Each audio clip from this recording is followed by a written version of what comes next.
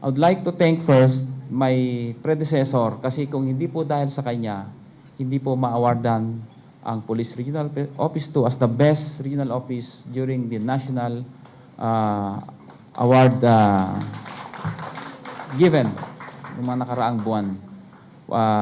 Si Sir Antonio P. Maralag, Brigadier General, he is my upperclassman and I believe in his capacity as the leader of the region, previously leading the region. So, it's a big shoes to fill in, pero we will try our best that the services of Police Regional Office 2 will always be, hindi the same siguro, mas lalampasan pa natin para sa mga mamamayan ng Tugigaraw.